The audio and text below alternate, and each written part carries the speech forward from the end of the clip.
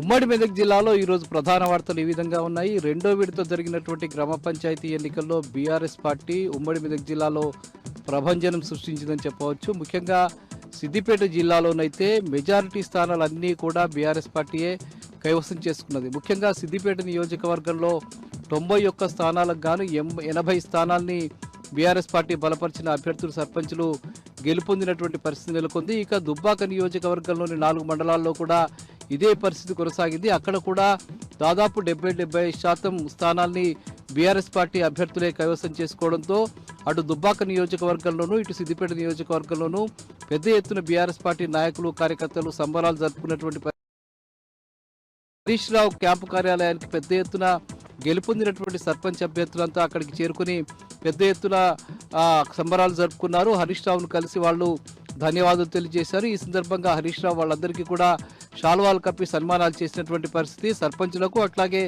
ఉప సర్పంచులకు వార్డు సభ్యులకు కూడా ఆయన సన్మానాలు చేయడం జరిగింది. ఈ సందర్భంగా ఆయన మాట్లాడుతూ తెలంగాణ రాష్ట్రంలోని 119 నియోజకవర్గాల్లో సిద్దిపేట నియోజకవర్గం అగ్రస్థానంలో నిలిచిందని, 91 స్థానాల్లో 80 స్థానాల్ని కైవసం చేసుకుని ఇది తెలంగాణ ఉద్యమ అడ్డా అని చెప్పి మరొకసారి నిరూపించిందని చెప్పి ఆయన సందర్భంగా చెప్పడం జరిగింది. గెలిచినంత మాత్రాన పొంగిపోకుండా ప్రజలకు సేవ చేయడం కోసం నూతన సర్పంచులంతా కూడా సిద్ధం కావాలని, సమస్యల పరిష్కారానికి ముందుకు రావాలని చెప్పి ఈ సందర్భంగా ఆయన నూతనంగా ఎన్నికైనటువంటి సర్పంచులకు హితబోధ చేశారు.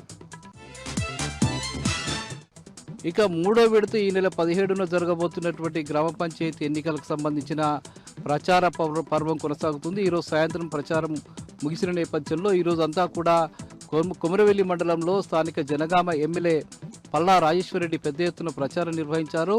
కొమరవెల్లి మండలంలోని పలు గ్రామాల్లో ఆయన బీఆర్ఎస్ పార్టీ అభ్యర్థులకు మద్దతుగా ప్రచారం నిర్వహించి మండలంలో బీఆర్ఎస్ పార్టీ అభ్యర్థులను గెలిపించాలని చెప్పి ఆయన ప్రజలను కోరడం జరిగింది. గ్రామానికి వెళ్ళి ఆయన బీఆర్ఎస్ పార్టీ అభ్యర్థులకు మద్దతుగా ప్రచారాన్ని నిర్వహించడం జరిగింది.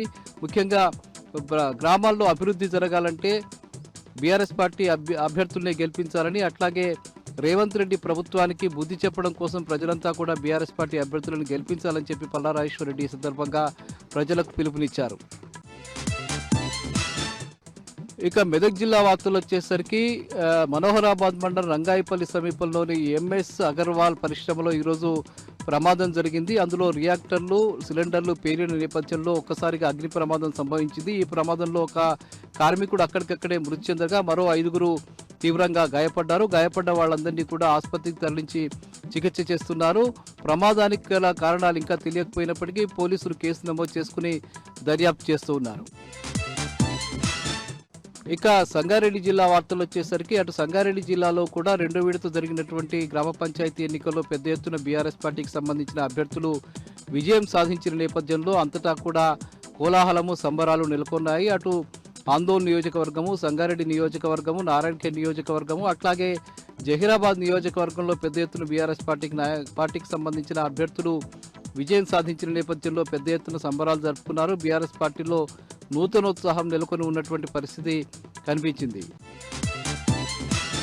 ఇక మరోవైపు మూడో విడత జరగబోతున్నటువంటి గ్రామ పంచాయతీల ఎన్నికలకు సంబంధించి నారాయణఖేడ్ నియోజకవర్గంలో మాజీ ఎమ్మెల్యే భూపాల్ రెడ్డి నేతృత్వంలో పెద్ద ఎత్తున ప్రచారం కొనసాగుతూ ఉన్నది. ఆయన వివిధ గ్రామాలకు వెళ్లి బీఆర్ఎస్ పార్టీ అభ్యర్థులకు మద్దతుగా ప్రచారం నిర్వహించారు. బీఆర్ఎస్ పార్టీ అభ్యర్థులను గెలిపించాలని చెప్పి భూపాల్ రెడ్డి ఈ సందర్భంగా కోరారు. మరోవైపు అటు జహీరాబాద్ నియోజకవర్గంలో న్యాల్కల్ మండలంలో స్థానిక ఎమ్మెల్యే మాణిక్రావు కూడా పెద్ద ఎత్తున బీఆర్ఎస్ పార్టీ అభ్యర్థులకు మద్దతుగా ప్రచారం నిర్వహించారు. ఇటు చింతా ప్రభాకర్ కూడా నారాయణఖేడ్ సంగారెడ్డి నియోజకవర్గానికి సంబంధించిన పలు గ్రామాల్లో జరగబోయే మూడో విడత ఎన్నికలకు సంబంధించి కూడా ఆయన ప్రచారం నిర్వహించారు.